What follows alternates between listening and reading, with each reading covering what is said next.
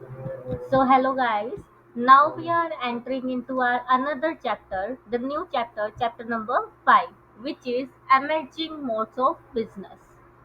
Emerging modes of business में हम basically क्या पढ़ने वाले हैं कि आजकल जो बिजनेस की फॉर्म्स है वो किस किस टाइप की होने वाली है। लाइक जो एक बिजनेस है उसके कस्टमर कौन कौन होते हैं और उस कस्टमर को एक बिजनेस किस तरीके से प्रोडक्ट को डिलीवर करता है, सर्विसेज को केटर करता है। ठीक है, तो एमर्जिंग मोड्स ऑफ बिजनेस में हम पहले आज सिर्फ और सिर्फ इंट्रोडक्शन पार्ट को लेने वाले हैं।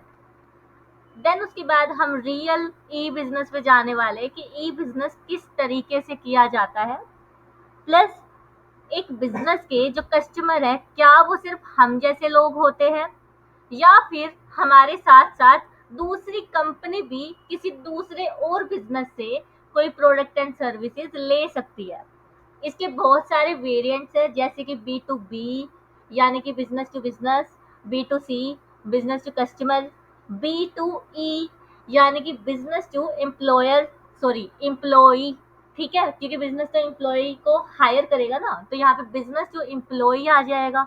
ठीक है, तो यहाँ पे आगे चल के हम थोड़ा थोड़ा इनको लेना स्टार्ट करेंगे, but to make a flow, to make your interest to the new terms, मैंने तुम्हें इंट्रोडक्शन में थोड़ी थोड़ी सी चीजें बताई है कि आगे हम क्या पढ़ने वाले हैं। But today we are just reading with the introduction part, and in introduction part I will make you mark कि आपको क्या क्या लर्न करना है और क्या क्या रीड वंस करके छोड़ देना है। मतलब कि एक बार आपने रीड कर लिया, ठीक है, हो गया। So now we are entering and we are reading from the book. अभी इंट्रोडक्शन पार्ट में ऐसा कुछ भी नहीं है जो कि मुझे अपने हैंड नोट से आपको बताना पड़े, राइट। तो अब इंट्रोडक्शन पार्ट में आते हैं हम। अपने चैप्टर का नाम है emerging modes of business. Presently business किस किस तरीके से ऑपरेट करते हैं, किस स्केल पे ऑपरेट करते हैं, कौन सी टेक्नोलॉजीज यूज करते हैं, क्या वो सारा काम खुद करते हैं या फिर कहीं दूसरों से भी करवाते हैं। ये चीजें हम कहाँ पे पढ़ने वाले हैं अभी इंट्रोडक्शन पार्ट में। जिसने मेरी अभी इंट्रोडक्शन सुनी है, जो मैंने हिंदी में तुम्हें बोला है, अब वही चीजें थोड़ी इंग्लिश में आएगी एंड उसको मैं और ज्यादा एलोबरेट करने वाली हूँ। तो इंट्रोडक्शन में क्या होगा, द थ्री स्ट्रोंगेस्ट ट्रेंड। आज बिजनेस किन तीन ट्रेंड्स पे या किन तीन पिलर्स पे चल रहा है। फर्स्ट अपने पास है that are the shaping business, जो कि अपने बिजनेस को शेप करते हैं, उसको एक लुक देते हैं कि yes this is the business, this is the business I want to enter, this is the business I want to grow, this is the business I want to expand. तो वो क्या है, डीज वुड बी। अब एक business किससे चलता है, digitisation से यानी टेक्नोलॉजी से। डिजिटाइजेशन क्या होता है, थोड़ा पढ़ते हैं एंड इसको थोड़ा सा मैं तुम्हें एक स्नैप पे भी लेके जाऊंगी जो तुम्हें समझाने के लिए मैंने रखी है लैंग्वेज पे। The conversion of text. अब जो टेक्स्ट होते हैं अपने मैसेजेस होते हैं वो, साउंड जो अपनी वॉइस क्लिप होती है, मैं इसको थोड़ा व्हाट्सएप से लिंक करके चलूंगी, ठीक है, ताकि तुम इसको समझ पाओ। Conversion of text, WhatsApp message, sound, WhatsApp voice clip, images, videos, and other content into a series of ones and zeros that can be transmitted electronically। यानी कि अब मैं अपने घर पे बैठी हूँ, मैंने कोई एक स्नैप ली बड़ी अच्छी सी, उस फोटो को मैंने किसी और के पास भेजा बिना नेमिंग करे हुए। मैंने क्या बोला, बिना रीनेम करे हुए। तो बाय डिफॉल्ट जो टेक्स्ट होता है, साउंड होती है, इमेजेस होती है, वो बाय डिफॉल्ट जो अपना सिस्टम होता है उसको किस में कन्वर्ट कर देते हैं, नंबर्स में कन्वर्ट कर देते हैं। नंबर्स का मतलब 0 to 1 के बीच में जितने नंबर्स या अल्फाबेट जो भी आएगा उसमें उसको कन्वर्ट कर देगी। अब ये तो हमने थोड़ा बुक से पढ़ा, अब इसको थोड़ा विजुअलाइज करते हैं कैसे। मैं जो तुम्हें बोल रही हूँ, फॉर एग्जाम्पल ये मेरे पास क्या है, एक स्क्रीनशॉट है मेरे लैपटॉप का, जिसमें कि मैंने क्या किया था, अपने फोन से अपनी ईमेल आईडी पे कुछ स्नैप्स भेजी थी। ठीक है, अब जो वो स्नैप्स है मैंने डाउनलोड की और डाउनलोड करके बाय डिफॉल्ट उन्होंने क्या किया, डिजिटल नंबर में इस फाइल का नेमिंग कर दी। जो ये फाइल है, जो ये स्नैप है, जेपीजी फाइल है, एंड इस जेपीजी फाइल को इसने क्या कर दिया, बाय डिफॉल्ट नंबर में कन्वर्ट कर दिया। और प्लस जैसे ये इनकम टैक्स से हमने कोई आईटीआर फॉर्म भरा था as I am a CA, तो वहां पे मैंने क्या किया था, एक आईटीआर भरने के बाद हमें एक्नॉलेजमेंट मिलती है, और उस एक्नॉलेजमेंट को भी बाय डिफॉल्ट वो अल्फा न्यूमेरिक की में क्या कर देते हैं, कन्वर्ट कर देते हैं। ठीक है, ये अल्फा न्यूमेरिक हो गई। अल्फा न्यूमेरिक मतलब जिसमें आपके अल्फाबेट्स भी है प्लस नंबर्स भी है। एंड न्यूमेरिक हो गई जिसमें सिर्फ और सिर्फ नंबर है। तो यहाँ से आप थोड़ा सा इस लैंग्वेज को समझ पाए होगे कि ये क्या कहना चाह रहा है, कि जो आपका कंटेंट है वो क्या होता है, डिजिटल फॉर्म में कन्वर्ट हो जाता है। साउंड के लिए मैं क्या बोलूँगी, मान लो आपने व्हाट्सएप पे डायरेक्टली अपनी वॉइस को क्या किया, रिकॉर्ड किया। ठीक है, आपने सामने वाले को भेज दिया, बट सामने वाले को वो वॉइस क्लिप किसी और को भी भेजना था, तो वो डायरेक्ट तो उसी माइक वाले आइकन के साथ नहीं जाएगी। उसका क्या होगा, फॉरवर्ड करते हुए वो किस में कन्वर्ट हो जाएगी, नंबर में कन्वर्ट हो जाएगी। फाइल का जो नेम है अब वो फाइल में कन्वर्ट होके न्यूमेरिक फॉर्म में किसी थर्ड पर्सन के पास जाएगी, if that voice clip will be shared. I think जो मैंने तुम्हें रियल लाइफ से थोड़ा जोड़ के बताया है उससे तुम्हें समझ आ गया होगा। देन उसके बाद है आउटसोर्सिंग। आज का जो लेक्चर है उसमें हम कुछ लिखने नहीं वाले, we are just reading the book and learning the things in a simple way. उसके बाद है आउटसोर्सिंग। अब मैंने तुम्हें इंट्रोडक्शन में बताया था कि एक बिजनेस डिजिटल प्लेटफॉर्म पे काम करता है, हो सकता है वो सारे काम खुद ना करे, दूसरों से भी करवाए, तो ये टर्म हमारे पास आ चुकी है, दैट इज आउटसोर्सिंग। क्या आ गई, आउटसोर्सिंग। यानी कि मान लो मैं एग्जांपल लेती हूँ, मेरी जो फैक्ट्री है वो बैग बनाने की फैक्ट्री है, स्कूल बैग बनाने की। किसकी है, स्कूल बैग बनाने की मेरी एक फैक्ट्री है। अब मुझे स्कूल बैग बनाना आता है, मेरे को स्टिच करना आता है स्कूल बैग, उसमें मैं चेन लगाऊंगी, बटन्स लगाऊंगी, कपड़े को सीलूंगी अच्छे से, बोतल वाली जाली लगाऊंगी। देन उसके बाद मेरे पास एक कस्टमर आता है जिसको कि 1,000 बैग चाहिए थे, बट वो कहता है कि मैम आपके बैग के डिजाइन बड़े अच्छे हैं। डिजाइन इन द सेंस कि उनकी structure, the way, the size of chain, ठीक है, वो डिजाइन होता है। फिर उसके बाद उसने बोला लेकिन मैम आप तो बड़े बच्चों के हिसाब से बनाते हो जिनको आजकल प्लेन बैग चाहिए होते हैं, कुछ प्रिंटेड ये सब नहीं चाहिए होता। तो मैंने बोला यस, मैं प्लेन बैग ही बनाती हूँ, क्योंकि जो आज की यंग जनरेशन है उसको प्लेन बैग पसंद आते हैं, वो कार्टून वगैरह की चीजें नहीं रखते। बट जो मेरा कस्टमर था ना, जो 1,000 बैग लेने आया था, जिसको सामने आगे बेचना है और बच्चों को, तो उसको ये चाहिए था कि देखो मुझे ना स्कूल गोइंग चाइल्ड को भेजना बेचना है बैग। तो वहां पे जो स्कूल गोइंग चाइल्ड है वो प्रेफर करते हैं कि उस पर ड्राइंग हो। तो अब जो मेरी फैक्ट्री है उसमें मैंने ना ऐसे प्लास्टिक प्रिंटिंग की कोई मशीन नहीं लगाई हुई थी, बट क्योंकि वो 1,000 बैग्स का ऑर्डर था, मैं उसको अपने हाथ से नहीं जाने देना चाहती थी। मतलब एक बार मेरे पास कस्टमर आया है और उस कस्टमर को मैंने अच्छा प्रोडक्ट बना के दे दिया। अब वो कस्टमर को नहीं पता मैं कैसे बना के दे रही हूँ, वो मेरी सिरदर्दी है कि मैं उसको बैग पे कार्टून की जो प्रिंटिंग है वो कैसे ला के दूंगी। मेरे पास मशीन नहीं है, okay, it will be totally fine. मैं क्या करूंगी, एक ऐसे बिजनेस को ढूंढूंगी जिसमें कि प्लास्टिक प्रिंटिंग होती है ऑन दी बैग्स। तो अब मैं तो जैसे बैग बना रही हूँ वैसे बनाऊंगी, बना के फिर दूसरे बिजनेसमैन को दे दूंगी कि देखो भाई मेरे को ना कार्टून प्रिंट कराने हैं इन बैग्स पे, तो आप वो प्रिंट करके मुझे दे दो, जितने चार्जेस लगेंगे आप मुझे बता देना। तो अब मैं क्या करूँगी, जो मेरा कस्टमर था उसको नहीं पता है मैंने जो प्रिंटिंग है वो किसी और से कराई है, मेरे को पता था मैं ना मैनेज कर लूंगी, तो मैंने करा लिया और उस कस्टमर को कार्टून वाले प्रिंट के बैग्स दे दिए। तो अब क्या हुआ, मेरा क्या फायदा हुआ कि मुझे ऑर्डर कैंसिल नहीं करना पड़ा। मैंने एक्टिविटी को क्या कर लिया, कौन सी एक्टिविटी को, प्रिंटिंग एक्टिविटी को क्या कर लिया, आउटसोर्स कर लिया। ठीक है, और मेरे को फिर आउटसोर्स करने पे मुझे भी पैसे लगाने पड़े थे, तो मैं प्रॉफिट थोड़ा ज्यादा कमाऊंगी। उसको मान लो मैं अगर बिना प्रिंट वाला बैग बेचती तो मैं 600 में बेच देती शायद, लेकिन अब मैंने प्रिंटिंग की कॉस्ट लगाई थी, सामने वाले ने भी मुझसे मान लो 50 रुपए लिए एक बैग के प्रिंटिंग के, तो 650 रुपये हो गए, बट मुझे प्रॉफिट कमाना है, तो मैं 650 से ज्यादा ही लेने वाली हूँ। हो सकता है मैं 700 रुपये लूँ या 800 रुपये लूँ, तो वो डिपेंड करेगा। तो 1,000 बैग के लिए मैंने अगर 800 रुपये भी लिए तो देख लो आप कि जो मेरा कस्टमर है उससे मुझे 8 लाख रुपए मिल रहे हैं एक ऑर्डर के, तो ऐसे ऑर्डर को मैं क्यों जाने देना चाहूंगी। तो यहाँ पे क्या आ जाता है अपना concept of outsourcing, when you are lacking some resources but you have some other resources to complement it. यानी कि मेरे पास आधे रिसोर्स है, किसी और के पास थोड़े और रिसोर्स है, मैंने उसको पैसे देके अपना काम करा लिया और अल्टीमेट कस्टमर को मैंने सप्लाई की है प्रोडक्ट की। ठीक है, ये अपना क्या हो गया, आउटसोर्सिंग। देन उसके बाद इंटरनेशनलाइजेशन एंड ग्लोबलाइजेशन, ये स्पेस नहीं आएगा इसके बीच में, ये वर्ड इंटरनेशनलाइजेशन एंड ग्लोबलाइजेशन है। तो अब ये तो नाम से अंडरस्टूड है कि जो अपनी इंडियन इकोनॉमी है उसमें तो बिजनेसमैन खेल ही रहे थे, बिजनेस प्लेयर है ही है। बट अब क्या हुआ, क्योंकि लिबरलाइजेशन आ गई है, अपने पास ग्लोबलाइजेशन की स्कीम है, उसके तहत हम अपने बिजनेस को बाहर वर्ल्ड वाइड भी कर सकते हैं। तो यहाँ पे अपने मोदी जी बोलते हैं मेक इन इंडिया, और इंडिया के प्रोडक्ट को क्या करो आप एक्सपोर्ट भी करो दूसरे देशों में। तो ये आपका हो गया इंट्रोडक्शन। अब इंट्रोडक्शन में जो मैंने अभी यहाँ तक पढ़ा है वो आपको क्या करना है, सारा याद करना है। ठीक है, कि three strongest trend of emerging mode of business are digitisation, outsourcing and internationalisation and globalisation. ठीक है, ये अपना इंट्रोडक्शन का फर्स्ट पार्ट था। Then we are moving to the second part of our introduction.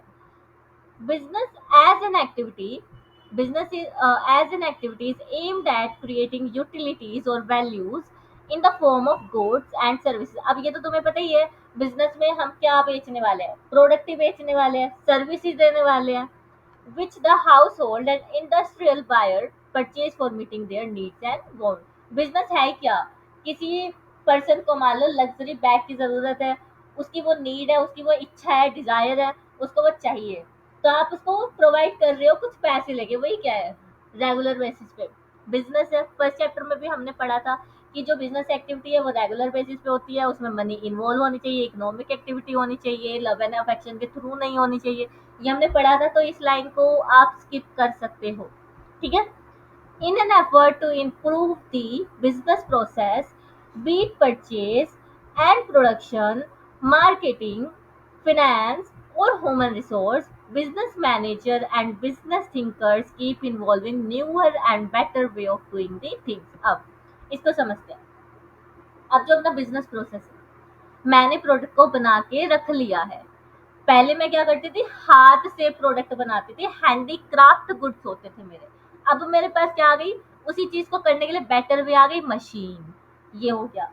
फिर उसके बाद मार्केटिंग, पहले मैं क्या करती थी, एक छोटू को बोलती थी ले भाई ये टेम्पलेट है, ये तेरे को लोगों को दे के आने की, ये फलाना फलाना कोचिंग क्लास खुल रही है, आप इसमें आइए, रजिस्ट्रेशन कराइए, आप पढ़िए, यहाँ पे टीचर बहुत अच्छा पढ़ाते हैं। ऐसे मैनुअल मार्केटिंग चलती थी, प्रिंट मीडिया में चलती थी, पेपर फॉर्म में चलती थी।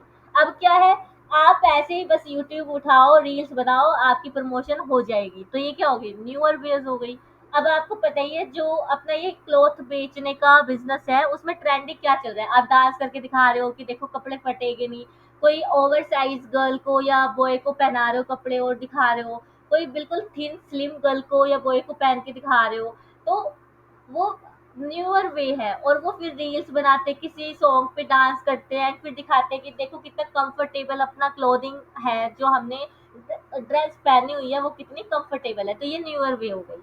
फिर उसके बाद फिनेंस, फिनेंस का क्या होता था, अगर किसी के फादर जो है वो बिजनेसमैन है, बहुत पुराने, तो तुमने अपने घर में ना कभी एक लाल कॉपी देखी होगी, लाल डायरी देखी होगी, और जिसपे सिलाई भी होती थी येलो धागे की। तो वो उसको क्या बोलते थे, बही खाता बोलते थे। तो पहले क्या होता था, हम मैनुअली खाते बनाते थे। अब क्या होता है, अपने पास लैपटॉप है, हम एक्सेल पे सारा काम कर लेते हैं, टैली पे सारा काम कर लेते हैं। तो यहाँ पे क्या आ गई, डिजिटाइजेशन आ गई, न्यूअर वे आ गई। हो सकता है आपकी राइटिंग किसी को समझ ना आए, बट लैपटॉप में तो वो टेक्स्ट फॉर्म में है, वो तो सबको समझ आएगा। फिर उसके बाद है ह्यूमन रिसोर्सेज।